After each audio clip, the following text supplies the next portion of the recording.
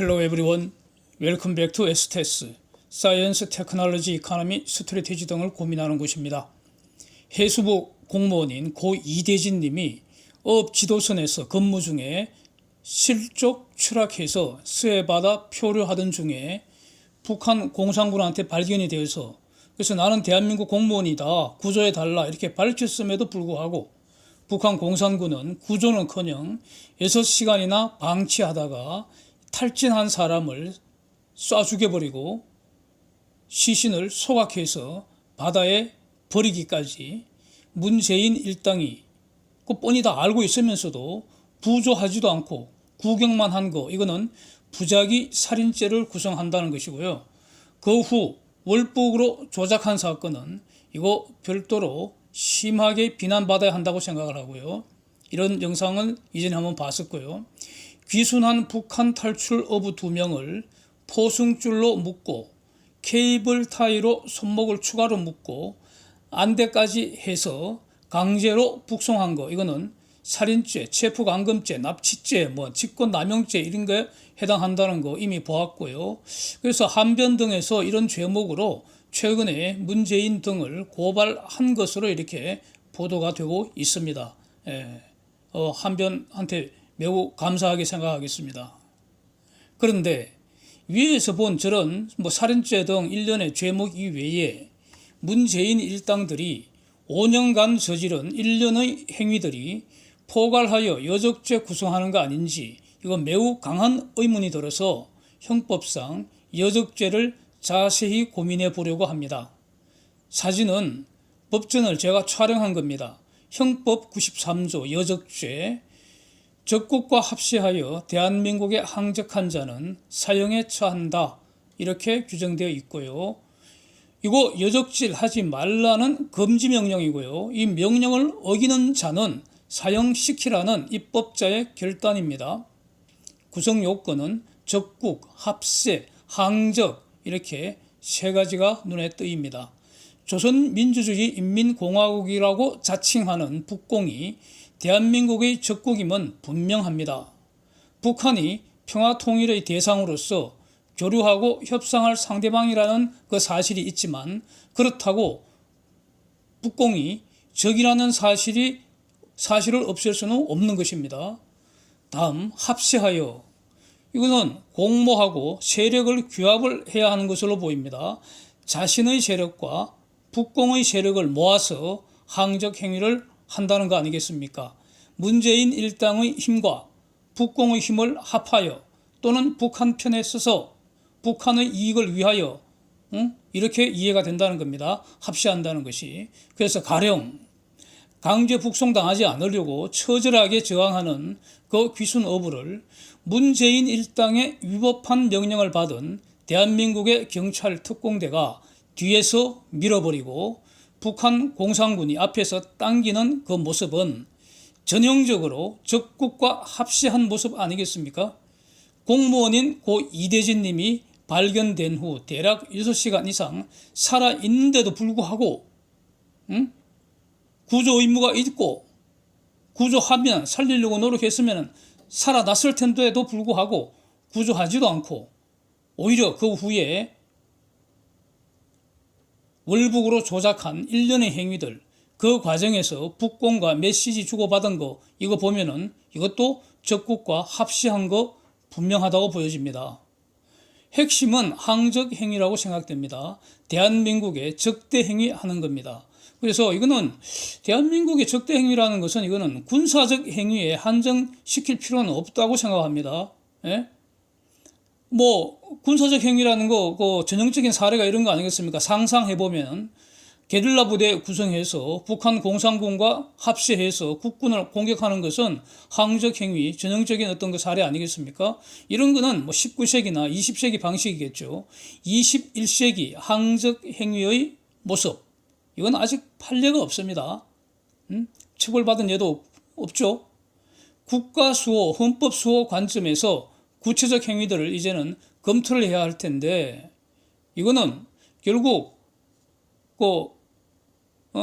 판사의 어떤 그 해석에 달려 있겠지만 이거 법을 해석하고 적용하는 것은 기본적으로 판사의 업무인데 그러나 한편 주권자의 일이기도 합니다. 그래서 우리는 앞으로 이 항적 행위가 무엇인지, 과연 문재인 일당의 행위가 항적 행위에 해당되는지를 지금부터 이렇게 검토하자, 공론화하자, 이런 취지에서 영상을 준비를 한 것입니다. 대한민국과 그 북공의 관계는 한편으로는 우리 영토를 불법 점유한 반국가 단체이면서도 또 평화 통일을 위해서 교류도 하고 협상도 해야 하는 그런 이중적 지위를 다 인정을 합니다. 그럼에도 불구하고 6.25 전쟁에서 목숨 걸고 싸웠습니다. 아주 처절하게 싸웠습니다. 6.25 전쟁 겪었고요. 지금은 휴전 상태입니다. 북공은 적화통일, 공산통일 포기한 적이 없다. 이런 사실을 다 고려를 하면은 육지에서는 휴전선을 중심으로, 해상에서는 NLL을 중심으로 군사적 대치 상태 지속되는 것이 현실입니다. 만약에 이 군사적 대비태세를 허물어버리는 조치를 북공과 합세하여 시행했다면 이거야말로 21세기형 한국형 이런 항적형이 아니겠습니까? 그래서 사진을 한번 보시면은 목선의 NLL 침범이 2015년에는 6건이고 2016년에는 8건 뭐 이 정도였는데 2017년에 문재인이 들어선 이후로는 24건으로 폭증을 하더니 2018년에는 51건으로 2019년 1월부터 7월까지에만 386건이 됐다는 겁니다. 이거는 국회에서 나온 자료입니다. 그림으로 표시되어 있습니다. 이거는 사실상 NLL이 무장 해제된 것과 비슷한 상황 아닙니까? 도대체 무슨 일이 있었기에 이렇게 된 건가? 저렇게 그 즈음에 문재인 일당이 NLL 월선해도 납포하지 마라, 그냥 돌려보내라 이렇게 명령을 했다는 거 아닙니까? 이것의 본질은 이거 NLL 해방명령 아닙니까? 예? NLL 와해명령 아닙니까 이거? 그래서 그 대공 용의점이 있어서 합참 그 의장이 납포 명령을 내려서 그 조사를 했다는 이유로 청와대 일개 그 행정관이 합참 의장을 취조하듯이 조사했다는 이런 보도까지 나오는 아주 기가 막힌 이런 상황입니다. 또 사진 보시면 그동안 문재인이 재직 중에 여적죄로 여러 건 고발이 됐었죠. 문재인이 북공과 합세해서 박상학님이 전단지 보내지 못하게 탄압한 거, 이거를 여적죄로 고발했는데 그거는 기사처럼 각하가 되었고요. 또 다른 기사는 홍준표 현재 대구시장이 무소속 국회의원일 때 아무래도 문재인 여적질 저거 퇴임 후에도 문제될 것 같다 이렇게 지금 검토한 내용이 기사 그 내용이고요. 또 다른 사건은 그 도태우 변호사라는 분이 문재인을 여적죄로 고발한 적이 있었죠. 2022년 최근에, 즉 정권이 교체된 이후에 대규모 고발인단이 형성이 돼서 그래서 지금 문재인을 여적죄로 또 고발한 내용이 그 기사로 나와 있습니다.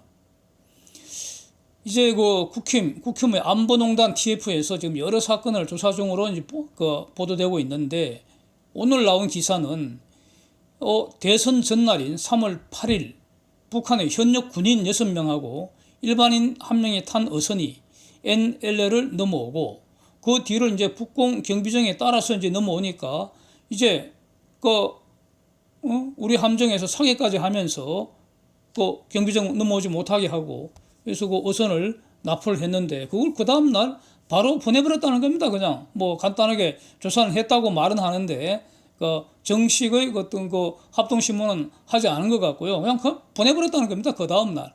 그래서 사실상 이렇게 NLL을 무장 해제해버리면은 북공한테는 매우 좋겠죠. 그러나 북공을 주적으로 대치하고 있는 자유 대한민국의 안보에는 치명적인 위협 아니겠습니까? 결국 이런 것이 적국과 합세해서 한국에 항적하는 행위가 아니겠습니까? 그래서 이와 유사한 사건이 상당히 많을 것 같습니다. 가령 석탄 밀수 사건 이런 거, 유엔의 북한 제재를 적극적으로 과연 문재인 일당이 지켰는지 아니면 몰래 그 북공이 알아서 제재 피해 가도록 도와준 거 아닌지, 예? 몰래 도와준 거 아닌지 의심이 많이 드는 거죠. 그래서 지금 그 앞에 보는 그 배경사진이 한박도입니다. 한박도. 그 부근에 한박도 위쪽으로 있는 게 바로 NLL 그 선입니다. 그래서 저 한박도 분명히 대한민국 영토인데 지금 그 영토 포기 논란이 있죠. 이런 것들까지. 예? 또 남북 군사 합의서로도 매우 그 묘합니다. 저거. 이걸 비롯해서 일련의 남북 합의서들. 그 다음에 또 당연히 우리는 그 한미 연합 군사 훈련이고 정상적으로 해야 되는데 거의 안 했잖아요. 이거 무력화 시킨 거 아닙니까? 이런 일련의 조치들.